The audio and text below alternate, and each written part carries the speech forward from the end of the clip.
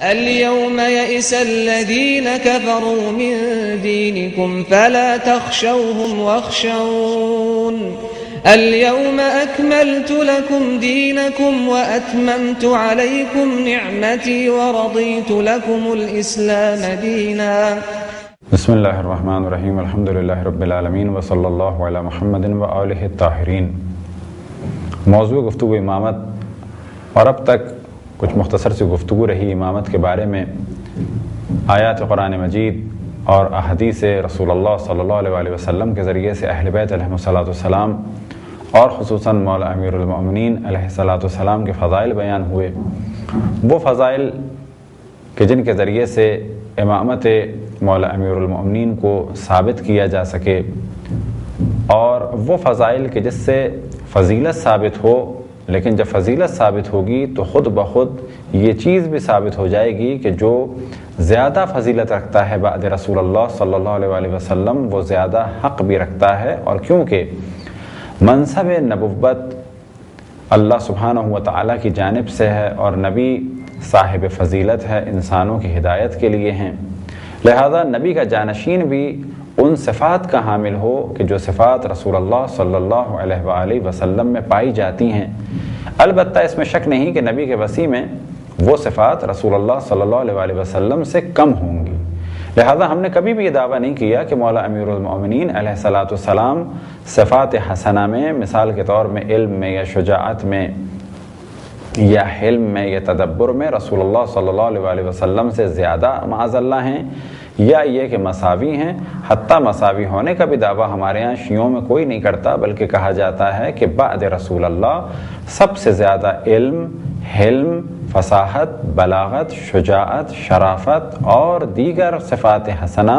مولا امیر المؤمنین علیہ السلام اور باقی ائمہ اہل بیت علیہم السلام میں پائی جاتی ہیں۔ لہذا بعض اور روایات کہ جیسا کہ ہم نے پہلے بھی توجہ دلائی کہ قرآن مجید میں فقط وہی آیات نہیں کہ جن کو آپ کے سامنے پیش کیا گیا، اور نہ فقط وہ روایات ہیں کہ جو آپ کی خدمت میں پیش کی گئیں، اور بھی روایات ہیں کہ جن میں سے کچھ اب پیش کی جا رہی ہیں، اور ان کے علاوہ بہت ساری روایات ہیں۔ کیوں کہ سب سے زیادہ فضائل مولا امیر المؤمنین کے ہیں۔ البتہ یہ چیز بھی ذہن میں رہے کہ فضائل بہت سارے چھپائے گئے، بہت سارے فضائل ایسے ہیں کہ جو دوسروں کو دیے گئے، بہت سارے القاب وہ ہیں کہ جو در حقیقت مولا علی کے تھے لیکن دوسروں سے منسوب کیے گئے۔ اسی طرح سے بہت ساری روایات کہ جن میں فضائل اہل بیت علیہم السلام اور خصوصاً مولا امیر المؤمنین کے فضائل تھے،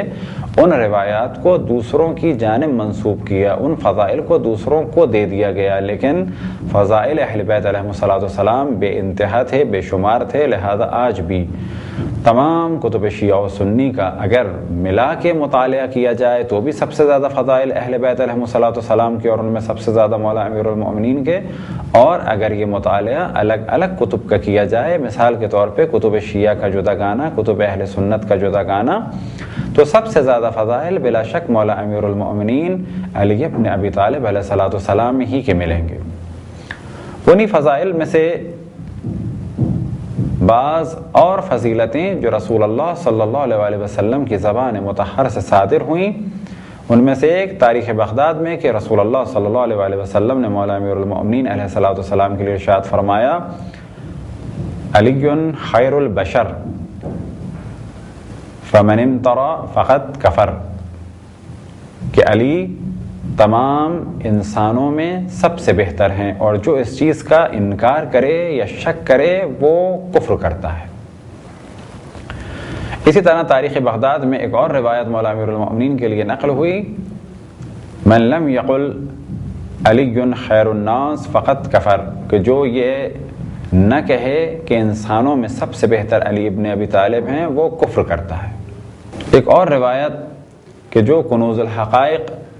جناب مناوی کی، اس میں نقل ہوئی، انا وعلی حجت اللہ علی عبادہ، میں اور علی اللہ کے بندوں پر اللہ کی جانب سے حجت ہوں۔ اسی طرح سے رسول اللہ صلی اللہ علیہ وسلم نے ارشاد فرمایا، علی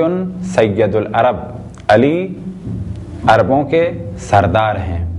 اسی طرح سے مجمع الزوائد میں جناب حیثمی نے ایک روایت نقل کی کہ رسول اللہ صلی اللہ علیہ وسلم نے ارشاد فرمایا ان ھذا اول من آمن بی، کہ بتحقیق یہ وہ ہے کہ جو سب سے پہلے مجھ پر ایمان لایا، وھذا اول من یصافحنی یوم القیامہ، اور یہ وہ ہے کہ جو سب سے پہلے مجھ سے یوم قیامت مصافحہ کرے گا، ھذا صدیق الاکبر، یہ صدیق اکبر یعنی سب سے بڑا سچا ہے، وھذا فاروق ھذی الامت یفرق بین الحق والباطل، اور یہ اس امت کا فاروق ہے جو حق اور باطل میں فرق کرے گا، وھذا یعصوب المؤمنین، یہ یعصوب المؤمنین ہے، والمال یعصوب الظالمین، اور مال یعصوب الظالمین ہے، اور بعض روایتوں میں نقل ہوا والمال یعصوب المنافقین۔ تو اس روایت میں مولا علی کو رسول اللہ صلی اللہ علیہ وسلم نے صدیق اکبر،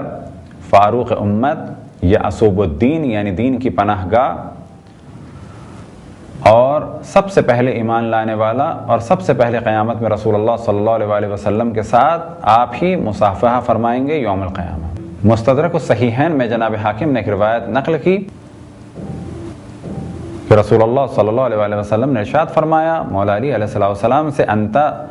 سید فی الدنیا و سید فی الآخرہ،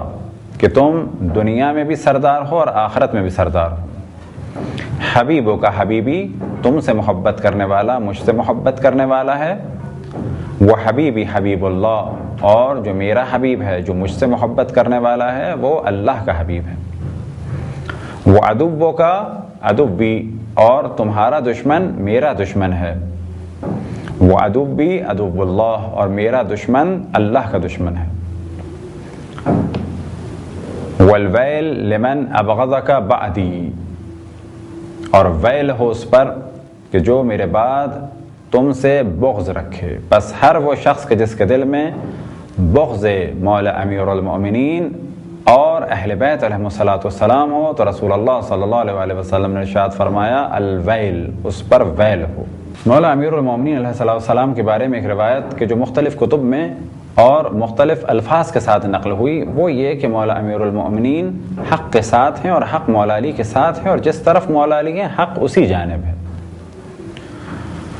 لہذا امام ترمذی صحیح ترمذی میں ایک روایت نقل کرتے ہیں کہ رسول اللہ صلی اللہ علیہ وسلم نے ارشاد فرمایا رحم اللہ علی،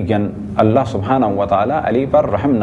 رحمت نازل فرمائے، اللہم ادر الحق معه حیث دار، کہ یا اللہ جہاں جہاں علی جائے وہاں وہاں حق ساتھ ساتھ اس کے ہو۔ اسی روایت کو تاریخ بغداد میں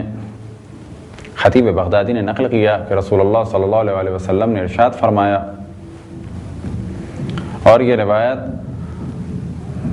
جناب ام سلمہ سے نقل فرمائی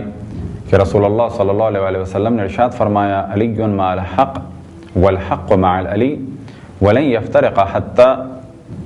یرد علی الحوض یوم القیامہ، علی حق کے ساتھ ہیں اور حق علی کے ساتھ ہیں، اور یہ دونوں کبھی بھی جدا نہیں ہوں گے یہاں تک کہ یہ دونوں میرے پاس حوض کوثر پر پہنچ جائیں گے روز قیامت۔ پس معلوم ہوا کہ اگر بعد رسول اللہ دیکھنا ہو کہ حق کہاں پر ہے، یا کسی مسئلے یا کسی بھی عبادت کے بارے میں اگر کئی رائے پائی جاتی ہوں اور یہ دیکھنا ہو کہ بعد رسول اللہ کس طریقے کو اپنایا جائے، چاہے وہ غسل ہو، چاہے وضو ہو، چاہے نماز ہو، تو کہا جائے گا کہ وہ رائے لی جائے کہ جس کا تعلق مولا امیر المؤمنین سے ہے۔ وجہ کیا ہے؟ وجہ یہ ہے کہ وہ حق کے ساتھ ہیں اور حق ان کے ساتھ ہے۔ مولا امیر المؤمنین کی فضیلتوں میں سے ایک فضیلت کہ وہ قرآن کے ساتھ اور قرآن مولا امیر المؤمنین کے ساتھ۔ اس روایت کو بھی مختلف الفاظ میں مختلف کتب میں نقل کیا گیا، لیکن سب کا نتیجہ ایک ہے، اور نتیجہ یہ کہ بعد رسول اللہ اگر قرآن چاہیے تو مولا امیر المؤمنین سے ملے گا، اور اگر مولا امیر المؤمنین کے دامن کو تھام لیا تو قرآن خود بخود ملے گا۔ اور یہی وہ مضمون ہے کہ جو رسول اللہ صلی اللہ علیہ وسلم نے حدیث ثقلین میں جس جانب توجہ دلائی، انی تارک فیکم الثقلین کتاب اللہ و عطرۃ اہل بیتی ما ان تمسکتم بہما لن تضلوا ابدا حتی یرد علی الحوض، میں تمہارے درمیان دو گرہ قدر چیزیں چھوڑ کے جا رہا ہوں، ایک کتاب خدا، دوسرے میرے اہل بیت، جب تک تم ان دونوں سے متمسک رہو گے کبھی بھی گمراہ نہیں ہوگے، یہاں تک کہ یہ دونوں میرے پاس حوض کوثر پہ پہنچ جائیں گے۔ بالکل اسی طرح مولا علی اور قرآن ساتھ ساتھ ہیں، وہاں پر اہل بیت اور قرآن ساتھ ساتھ ہیں، یہاں پر اہل بیت علیہم میں سے یہ روایت مخصوص مولا امیر المؤمنین کے لیے ہے، لیکن اس کے معنی یہ نہیں ہے کہ امام حسن امام حسین اس میں شامل نہیں ہیں، وہ اس روایت یعنی روایت ثقلین کے ذریعے سے، حدیث ثقلین کے ذریعے سے مفہوم ایک ہی ہے، لیکن حدیث ثقلین میں باقی اہل بیت کا ذکر ہے، اس روایت میں فقط مولا امیر المؤمنین کا خصوصیت سے ذکر ہے۔ اس روایت کو مستدرک صحیحین میں حاکم نیشاپوری نے نقل فرمایا، رسول اللہ صلی اللہ علیہ وسلم سے روایت نقل ہوئی، علی مع القرآن والقرآن مع العلی لن یفترق حتی یرد علی الحوض، یہ دونوں کبھی بھی جدا نہیں ہوں گے یہاں تک کہ دونوں میرے پاس حوض کوثر پہ پہنچ جائیں گے۔ بعض دفعہ سوال کیا جاتا ہے کہ ہم مولا علی کا اتنا ذکر کیوں کرتے ہیں، تو یاد رکھیں یہ سب کچھ اس لیے نہیں ہے کہ یہ ہم اپنے پاس سے کرتے ہیں یا اس لیے کہ ہمارا دل چاہتا ہے، بے شک دل چاہتا ہے، لیکن دل چاہنے کی وجہ یہ ہے کہ یہ حکم اللہ سبحانہ و تعالیٰ کے حبیب رسول اللہ صلی اللہ علیہ وسلم کی جانب سے ہے۔ لہذا مختلف روایات میں ذکر مولا علی اور دیکھنا مولا علی کا عبادت قرار دیا گیا ہے، لہذا مستدرک الصحیحین میں حاکم نیشاپوری، اسی طرح حلیۃ الاولیاء میں اور دیگر کتب میں ایک روایت نقل ہوئی کہ رسول اللہ صلی اللہ علیہ وسلم نے ارشاد فرمایا النظر الی علی عبادہ، کہ علی کی جانب دیکھنا عبادت ہے۔ ایک اور روایت مستدرک میں نقل ہوئی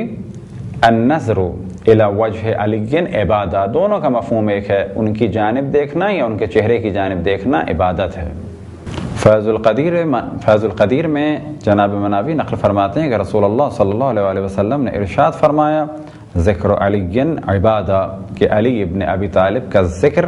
اب چاہے وہ زبان کے ذریعے سے ہو چاہے وہ تصور ہو، یہ عبادت ہے۔ وجہ کیا ہے کہ مولا امیر المؤمنین جانشین رسول اللہ صلی اللہ علیہ وسلم ہیں، جب ان کا تصور کیا جائے گا، جب ان کا ذکر کیا جائے گا تو در حقیقت جب بھی ان کا ذکر ہوگا تو ساتھ میں حق کا ذکر ہوگا، اور جب بھی حق کا ذکر ہوگا تو انسان حضرت حق یعنی اللہ سبحانہ و تعالیٰ کی جانب بڑھے گا اور صراط حق یعنی صراط مستقیم پر گامزن ہو جائے گا۔ پس یہی وجہ ہے کہ رسول اللہ صلی اللہ علیہ وسلم کا دین اگر حاصل کرنا ہو جو کہ حق ہے، اللہ سبحانہ و تعالیٰ کی صراط مستقیم پر اگر چلنا ہو جو کہ حق ہے، تو بس اس حق کو حاصل کیا جائے کہ جو مولا امیر المؤمنین علی ابن ابی طالب علیہ السلام کے ذریعے سے ہے۔ پس اس صاحب حق کا ذکر بھی حق ہے اور عبادت ہے، اور اس صاحب حق کا تصور بھی اور اس کی جانب دیکھنا بھی عبادت ہے۔ لہذا روایتوں میں نقل ہوا، سوائق محرقہ میں ابن حجر نے بھی نقل کیا حضرت عائشہ سے کہ رسول اللہ صلی اللہ علیہ وسلم نے ارشاد فرمایا خیر اخوتی علی، کہ میرا سب سے بہترین بھائی علی ابن ابی طالب ہے۔ انہی روایتوں میں سے ایک روایت مولا علی امیر المؤمنین علیہ السلام کے فضائل میں سے کہ اہم فضیلت یہ کہ آپ کا عقد مبارک جو جناب سیدہ سلام اللہ علیہ سے ہوا وہ بھی حکم خداوند تبارک و تعالیٰ تھا۔ اس موضوع سے متعلق مختلف روایتیں مختلف کتابوں میں نقل ہوئیں، مثال کے طور پہ ذخائر عقبہ میں محب تبری کی ایک روایت نقل ہوئی انس بن مالک سے کہ مولا امیر المؤمنین علیہ السلام ایک دن مسجد نبوی میں رسول اللہ صلی اللہ علیہ وسلم کے پاس تشریف فرما تھے، لہذا رسول اللہ صلی اللہ علیہ وسلم نے ارشاد فرمایا وَإِذْ قَالَ لِنَبِيِّكَ، یعنی رسول اللہ صلی اللہ علیہ وسلم نے مولا علی سے ارشاد فرمایا کہ مجھے جبرائیل نے ابھی خبر دی ہے۔ وہ خبر کیا ہے؟ ان اللہ زوجک فاطمہ، کہ اللہ نے تمہارا نکاح فاطمہ سے کیا ہے۔ اسی طرح سے اگلے مرحلے میں بیان ہوا واستشہد علی تزویجہا 40,000 ملک، اور تمہاری شادی پر 40,000 فرشتے گواہ ہیں، یعنی اللہ سبحانہ و تعالیٰ کا یہ ارادہ ہے۔ اسی طرح سے ایک اور روایت کنز العمال میں علامہ متقی ہندی نے نقل کی، وہ فرماتے ہیں ان اللہ امرنی ان ازوج فاطمہ من علی، کہ رسول اللہ صلی اللہ علیہ وسلم نے ارشاد فرمایا کہ بتحقیق اللہ نے مجھے حکم دیا ہے کہ میں فاطمہ کا نکاح علی سے کروں۔ بس معلوم ہوا کہ مولا امیر المؤمنین اور جناب سیدہ کا نکاح بحکم خداوند تبارک و تعالیٰ تھا۔ اب اگر توجہ دی جائے کہ نکاح کے بارے میں اللہ سبحانہ و تعالیٰ کا حکم ہے، تو کیا آئندہ کی خلافت اور امامت اور اسلام کی بقا کے لیے خداوند تبارک و تعالیٰ نے کیا کوئی حکم نہیں دیا ہوگا؟ فضائل مولا امیر المؤمنین میں سے ایک اہم فضیلت یہ کہ اللہ اور اللہ کا رسول ان سے محبت کرے، وہ اللہ اور اللہ کے رسول سے محبت کریں۔ البتہ یہ بات ممکن ہے بظاہر سادہ سی ہو، لیکن یہ بات کوئی سادہ سی بات نہیں ہے کہ اللہ سے کوئی محبت کرے اور وہ اللہ سے محبت کرے، کوئی رسول اللہ سے محبت کرے اور رسول اللہ اس سے محبت کرے۔ کیونکہ اگر سادہ سی بات ہوتی تو اس کی اتنی تصریح کی اور اس کے بیان کی ضرورت نہیں تھی۔ بلا شک یہ کوئی ایسی خاص فضیلت ہے کہ جو کم ہی لوگوں میں پائی جاتی ہے، لہذا جنگ خیبر کے دوران جب مولا امیر المؤمنین کو رسول اللہ صلی اللہ علیہ وآلہ وسلم نے پرچم دینے کا اور کمانڈ دینے کا ارادہ کیا تو اس سے پہلے ارشاد فرمایا اور اس جانب توجہ دلائی گئی صحیح ستہ میں بھی، خصوصاً صحیح بخاری میں۔ لہذا صحیح بخاری میں جہاد اور سرایا کے ضمن میں بیان ہوا کہ یوم الخندق میں رسول اللہ صلی اللہ علیہ وآلہ وسلم نے ارشاد فرمایا لَأَتِيَنَّ رَائِيَةً غَدًا رَجُلًا يَفْتَحُ اللَّهُ عَلَى يَدَيْهِ يُحِبُّ اللَّهَ وَرَسُولَهُ وَيُحِبُّهُ اللَّهُ وَرَسُولُهُ، کہ میں یہ پرچم کل ضرور اس شخص کو دوں گا کہ جس کے ذریعے سے فتح حاصل ہوگی، جس کے ہاتھوں کے ذریعے سے فتح حاصل ہوگی، کہ جو اللہ اور اس کے رسول سے محبت کرتا ہے اور اللہ اور رسول اس سے محبت کرتے ہیں۔ معلوم ہوا کہ یہ کوئی معمولی صفت نہیں ہے، یہ ایک اہم صفت ہے، اور حقیقت یہ ہے کہ اللہ سے محبت کرنا اور اللہ اس سے محبت کرے یہ کوئی معمولی چیز نہیں، لیکن یہاں پر اس محبت کا اظہار رسول اللہ صلی اللہ علیہ وآلہ وسلم فرما رہے ہیں بغیر کسی قید و شرط کے۔ بس مولا علی کی ایک صفت یہ تھی کہ وہ اللہ سے محبت کرتے تھے ہر حال میں، اور اللہ سبحانہ و تعالیٰ ان سے محبت فرماتا ہے ہر حال میں۔ اور مولا علی کی صفت یہ تھی کہ وہ رسول اللہ صلی اللہ علیہ وآلہ وسلم سے محبت فرماتے تھے ہر حال میں، اور رسول اللہ صلی اللہ علیہ وآلہ وسلم محبت فرماتے تھے ان سے ہر حال میں۔ انشاءاللہ باقی اور فضائل کو اگر خداوند تبارک و تعالیٰ نے توفیق عطا فرمائی تو آپ کی خدمت میں بیان کیا جائے گا۔ خداوند تبارک و تعالیٰ سے دعا ہے کہ ہم سب کو اپنے رسول، اپنی حجتوں، خصوصاً امام زمان علیہ السلام کی معرفت اور اطاعت کی توفیق عطا فرمائے۔ وصلی اللہ علی محمد و آلہ الطاہرین۔